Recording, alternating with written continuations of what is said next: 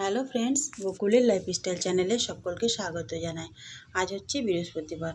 তো প্রত্যেক দিনের মতো আজকেও আমি সকাল সকাল স্নান করে নিয়েছি। এখনও কিন্তু 7টা বাজেনি, তার আগে কিন্তু আমি রেডি হয়ে গেছি। আর এই যে সিল্কের শাড়ির কথাগুলো বলেছিলাম, আজকেও কিন্তু পরে নিয়েছি। ভাবছি শীতটাতে তাও তো গরম নেই, তো চেষ্টা করে দেখি না, যদি দিন 10 পরতে পারি তাহলেই কিন্তু অনেকটা আমার মানে মায়া লাগবে না আর কি ফেলে দিতে বা গুছিয়ে রেখে দিতে। তো দেখুন এখনও কিন্তু 7টা বাজেনি, তার আগে কিন্তু আমার সব কিছু কমপ্লিট। যদিও মেয়ে দুটো এখনও ঘুমোচ্ছে, ছোটো মেয়েকে আবার তুলবো, ওর টিউশন আছে। আর বড়োটা 11টার সময় যাবে কম্পিউটারে। ওর এখন কাজ নেই, ও এখন 8টা অবধি ঘুমোবে। আর ছোটোটাকে এখনই তুলে দেবো, ও আসানসোল যাবে টিউশন পড়তে। তো তারপর ওদেরকে তুলে এক মেয়েকে তুলে এলাম। এবার পুজো টুজো করে নেবো, তারপর যাব রান্নাঘরে। যেহেতু বৃহস্পতিবার আমাদের বাড়ির পুজোটাই পুরো পুজোটাই মাই করে। আগে তো বলেছি, আজকেও বলে দিচ্ছি। তো আমরা কিন্তু উপর থেকে একটুখানি ধূপ দিই, আর নিজের নিজের রুমে যে ঠাকুরগুলো আছে সেগুলো আমরা প্রণাম করি। ব্যাস এটুকুই মাত্র।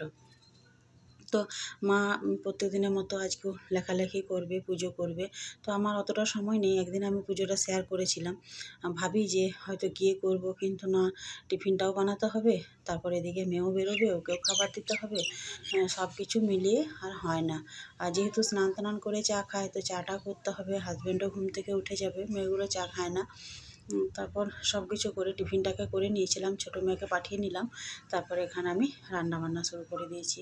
ফুলকপি, বেগুন, আলু আর একটু টমেটো দিয়ে একটু কষা কষা সবজি করব। এই সবজিটা আমার মেয়ে খেতে ভালোবাসে। ও তো নিরামিষভোজী, তো ওর গুরুত্বটাই আমি বেশি দিই। ও যেটা বলে আমি সেটাই করি। যে কিছু বায়না করে আমি কিন্তু না করি না, না পারলেও চেষ্টা চালিয়ে যাই আমি ওদের জন্য। তো সবজি রান্নাবান্না মোটামুটি কমপ্লিট হয়ে গেছে। ডাল, ফুলকপির সবজি আর এদের আলু মাখা করে দিয়েছি, আর এখানে চাটনি করেছি। আর এই যে বেগুন ফুলকপির সবজিটা সেটাও নামিয়ে নিয়েছি। আর এখানে বাচ্চাগুলো দেখুন, একটা শাড়ি নিয়ে একটা গাছের মধ্যে ঝুলিয়ে নিয়েছে। এতটা বুদ্ধি কি আমাদের বুদ্ধিকে ওরা ফেল করে যাবে। নিজে নিজে বুদ্ধি খাটিয়ে এত সুন্দর করেছে, দোলনার মতো।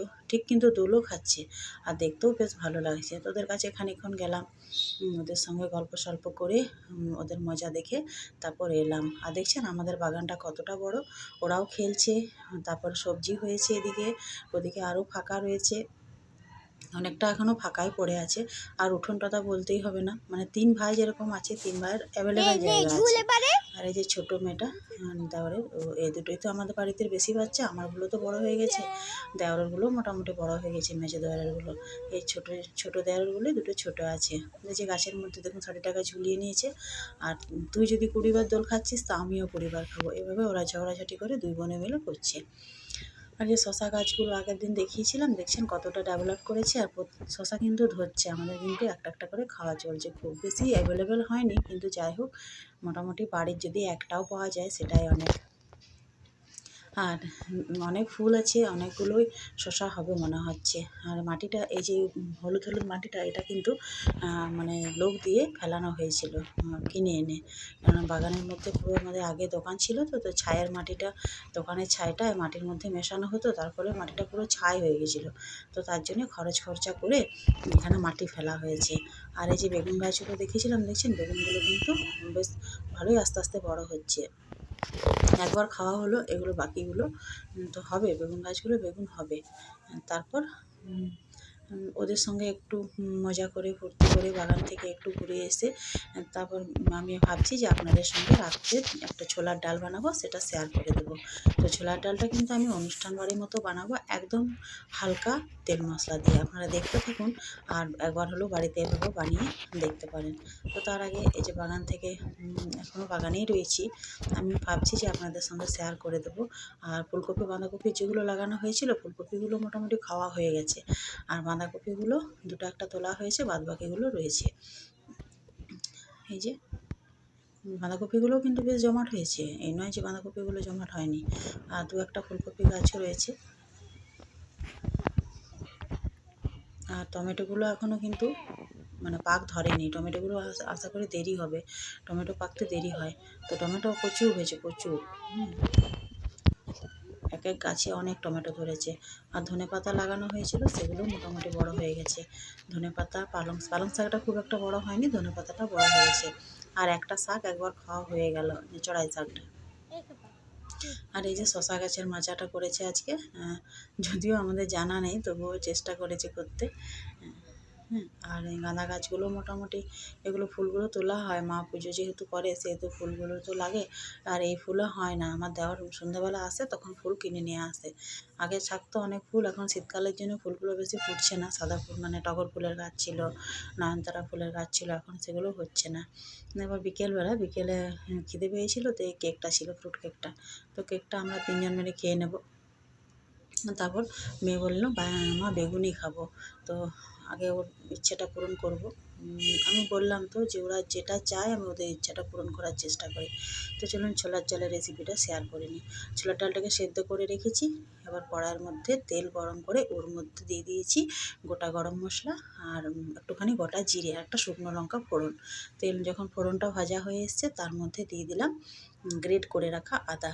আমি পুরো ভিডিওটা দিতে পারতাম কিন্তু ভিডিওটা অনেক লং হয়ে যাবে। ছোলার ডাল ভিজিয়ে রাখা, সেদ্ধ করা, এটা করলে অনেক মানে ভিডিওটা লং হয়ে যাবে। তার জন্য আমি যথাসম্ভব শর্টে দেওয়ার চেষ্টা করছি।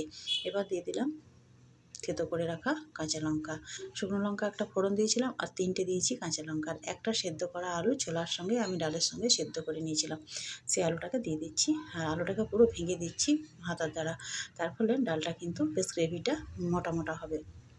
আর ডালটাকে আমি ভিজিয়ে রেখেছিলাম সকাল থেকে, যেহেতু বিকেলে বানাচ্ছি তো সকাল থেকে আমি ডালটাকে ভিজিয়ে রেখেছিলাম। তার ফলে ডালটা ভিজে গেছে আর দুটো একটা সিটি দিয়ে দিয়েছি, বেশ সেদ্ধও হয়ে গেছে। আর ছোলার ডালটা খুব একটা মানে সেদ্ধটা গলাটা ভালো লাগে না, একটু গোটা রেখে সেদ্ধটা আমার বেশি ভালো লাগে, তো একটু গোটা গোটা রেখে সেদ্ধ করেছিলাম। তো যখন আলুটা আর আদাটা ভাজা হয়ে যাবে তার মধ্যে দিয়ে দেবো ছোলার ডালটা। চাইলে আপনারা নারকেল, কাজু, কিশমিশ দিতে পারেন। আমি একদিন দিয়ে দেবো অনুষ্ঠান বাড়ির মতো। এটা কিন্তু অনুষ্ঠান বাড়িকেও হার মানাবে এই রান্নাটা। সামান্য গরম মশলার গুঁড়ো দিয়ে দিলাম, ব্যাস আর কিচ্ছু দেবো না এর মধ্যে। সামান্য গরম মশলা গুঁড়োটা দিয়ে নাড়াচাড়া করে নিচ্ছি। তো আজ অনুষ্ঠান বাড়ির মতো আমি একদিন আপনাদের সঙ্গে শেয়ার করব। এটা আমরা হালকা পাতলাভাবে করলাম কিন্তু সেন্ট হবে অনুষ্ঠান বাড়ির মতো, যেহেতু দারচিনিটা ফোড়নটা দিয়েছিলাম আর একটুখানি গুঁড়ো লঙ্কা দিয়ে দিলাম একটু লাল লাল কালারের জন্য। আর ছোলার ডাল কিন্তু সবসময় হালকা ভালো লাগে, একটু চিনিও দিয়ে দিয়েছি, চিনিটা আপনারা খেয়াল করে দেবেন। ছোলার ডাল খুব একটা ঝালটা ভালো লাগে না, একটু মিষ্টি মিষ্টি হলে ভালো লাগে। আর এই যে জানলা দিক থেকে না প্রচুর বাতাস ঢুকে, যার জন্য আমার ক্যামেরাটা বন্ধ হয়ে আসে। এবার কেটে রাখা ধনেপাতাটাকে দিয়ে দিচ্ছি, ধনেপাতা দিয়ে দিলাম, ধনেপাতা দিয়ে ফুটিয়ে নামিয়ে দেবো। একবার করে দেখবেন না এভাবে, অসাধারণ লাগে কিন্তু খেতে, আর বাড়ির লোকের কিন্তু সকলের পছন্দ হবে। যদিও আমার এটা রান্নার চ্যানেল নয় কিন্তু ব্লগ, তো তাই আমি ভাবলাম যে আমি বানালাম তো শেয়ার করে দিই। আর আমি প্রত্যেক দিনই একটা করে রেসিপি শেয়ার করি, চাইলে আপনারা প্রত্যেক দিন ব্লগে দেখে নিতে পারেন। আর দেখুন আমি এবার ঢেলে নিয়েছি আর কতটা আমার জমাট হয়ে গেছে। ফুটিয়ে নিলাম কিছুক্ষণ, যেহেতু সিদ্ধ করা ডালই ছিল, বেশি ফোটানোর দরকার নেই। তো আজকে তো বললাম যে ওরা যে কিছু বায়না করে আমি না জানলেও বানানোর চেষ্টা করি। বলল মা বেগুনি খাবো, তো আমার বাড়িতে বেগুন ছিল বেশ কচি কচি, সেগুলোকে আমি তুলে নিয়ে এসে ওদের জন্য বেগুনি বানিয়ে দিচ্ছি। তো বেশ খানিকটা তেলও দিয়েছি আর ব্যাটার বানিয়ে বেসনের আর চুবিয়ে যেরকমভাবে বেগুনি বানাই, যতটা পারফেক্ট আমি না জানলেও কিন্তু চেষ্টা করি বেগুনিটা ওদেরকে বানিয়ে দেবার। আর ওদের বায়না আমি মেটাতে চেষ্টা করি। যাই হোক, আমি বেগুনিটা বানালাম, সন্ধ্যা হয়ে গেছে, ওদেরকে এবার টিফিনটা দিয়ে দেবো। আশা করি আমার ব্লগটি আপনাদের ভালো লেগে থাকলো। যদি ভালো লেগে থাকে তো অবশ্যই পাশে থাকবেন, সাবস্ক্রাইব করবেন আর আমাকে এগিয়ে যেতে সাহায্য করবেন। আমি চাইবো আপনাদের নিত্য নতুন ভিডিও উপহার দিতে। দেখুন আমার বেগুনি প্রায় এখানে রেডি হয়ে গেছে। আর লুকটা দেখুন, আমি না জানলেও কিন্তু বেশ ভালোই হয়েছে, খেতে মনে হয় ভালোই হবে। তো চলুন আমরা কিন্তু এবার খেয়ে নিই। আর সকলকে জানাচ্ছি টাটা, গুড বাই। সকলে ভালো থাকুন, সুস্থ থাকুন, এটাই কামনা করি। আজকের ব্লগ আপাতত এই পর্যন্তই। আসছি কোনো একটা পরবর্তী ব্লগ নিয়ে।